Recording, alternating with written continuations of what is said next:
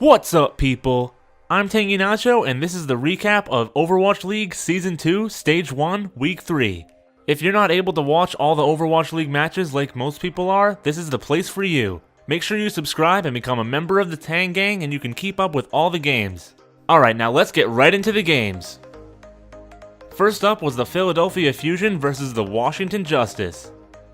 The Justice came out with a map 1 win, but in the end Philadelphia took it 3-1.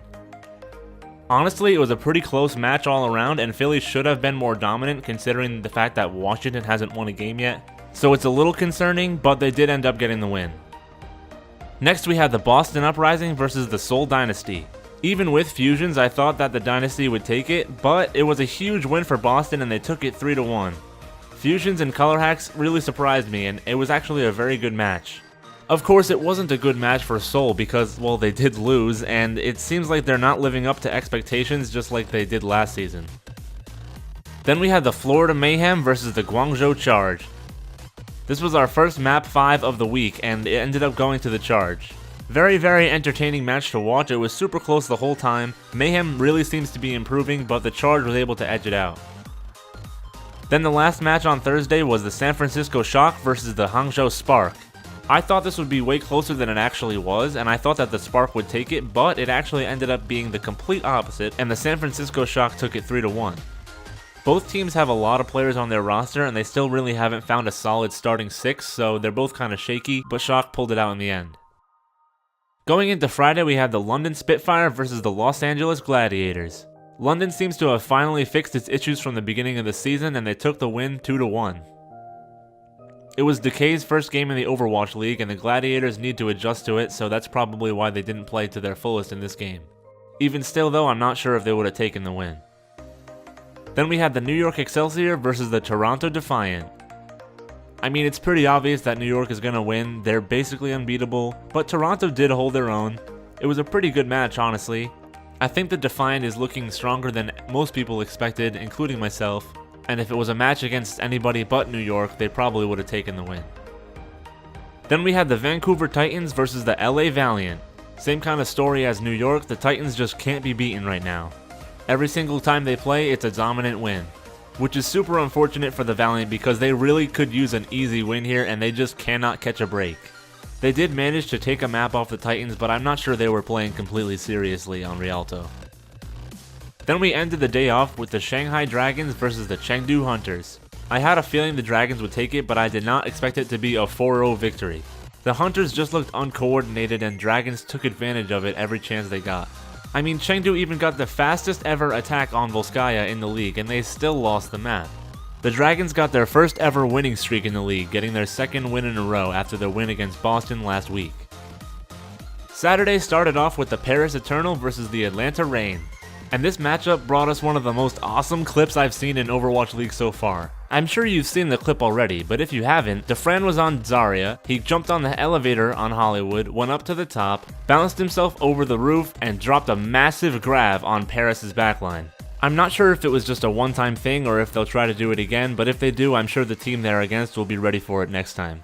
This was also a huge match because Paris looked like the best 3-3 team in the league to a lot of people, and they lost 4-0 to the Reign, so it's definitely proven that they're not the best team in the league.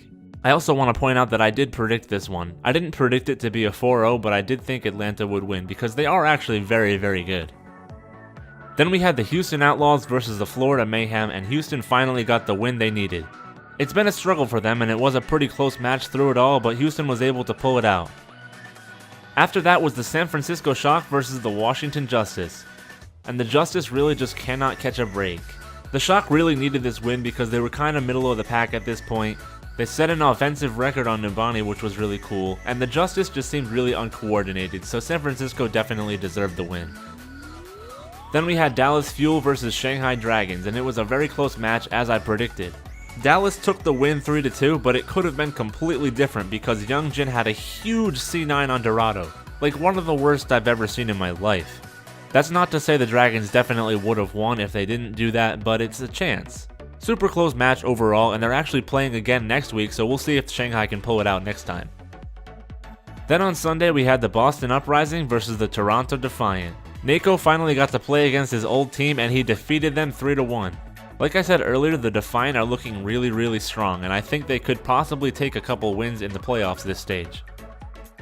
Then we had the LA Gladiators versus the Hangzhou Spark. I was happy to see them playing Guxue more because he is just an amazing main tank, but it is unfortunate that the Gladiators are having such bad luck.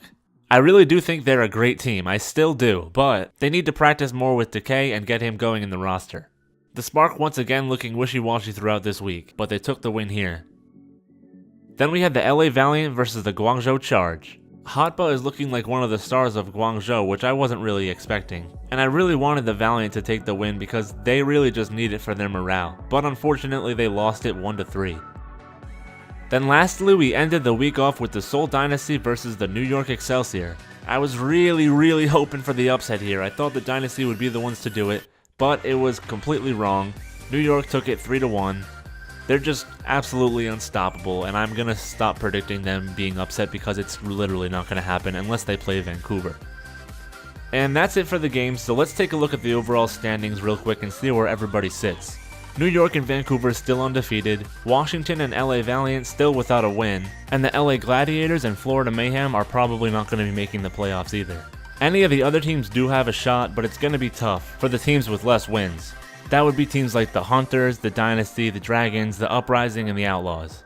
The Spark, the Fuel, and the Eternal have a chance to break into the playoffs, but right now it's the two undefeated teams, Atlanta Reign, San Francisco Shock, Guangzhou Charge, Philly Fusion, Toronto Defiant, and London Spitfire.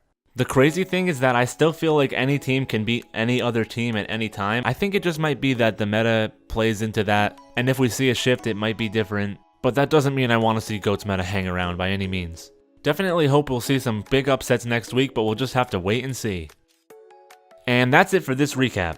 If you enjoy the weekly recaps, then please do leave a like on the video, it really helps me out, and subscribe to become a member of the Tang Gang.